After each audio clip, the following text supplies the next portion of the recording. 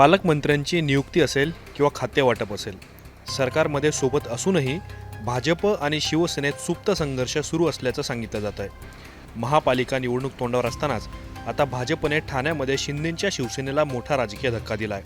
ठाण्यातील शिवसेनेच्या उपशहर प्रमुखाने एकनाथ शिंदेंची साथ सोडत भाजपमध्ये प्रवेश केला आहे. यावेळी भाजप आमदार संजय केळकरांनी ठाणे पालिकेवरती भाजपचाच महापौर बसणार असल्याचं विधान केलं.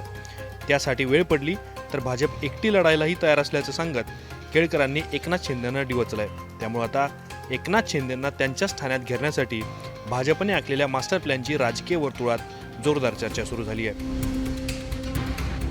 ठाण्यात शिवसेनेच्या उपशहर प्रमुखाने भाजपात प्रवेश केल्यानंतर संजय केळकरांनी एकनाथ शिंदेंच्या शिवसेनेला उघडपणे आव्हानं द्यायला सुरुवात केली. ठाणे जिल्ह्यात आमचे 9 आमदार आहेत, आमच्या जवळपासही कुणी नाही आहे, वेळ पडली तर स्वतंत्र लढायलाही तयार असल्याचं सूचक विधान संजय केळकरांनी केलं आहे. परिणामी आता यावरून सेना भाजपात पुन्हा एकदा वादाची ठिणगी पडण्याची शक्यता आहे.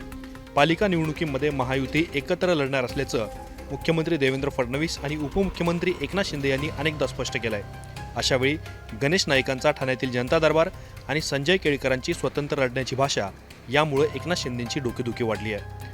ठाण्यात 18 पैकी 9 विधानसभा मतदारसंघात भाजपचे आमदार आहेत. एकनाथ शिंदेंच्या शिवसेनेचे 7 तर अजितदादांच्या राष्ट्रवादीकडे 1 आमदार आहे. ठाण्यासह 6 महापालिकांच्या निवडणुका आगामी काळात होणार आहे. अशावेळी आता भाजपने शिवसेनेविरोधात दंड थोपटल्याने एकनाथ शिंदे महायुती म्हणून लढणार की वेगळा निर्णय घेणार हे पाहणं अत्यंत महत्त्वाचं ठरणार आहे.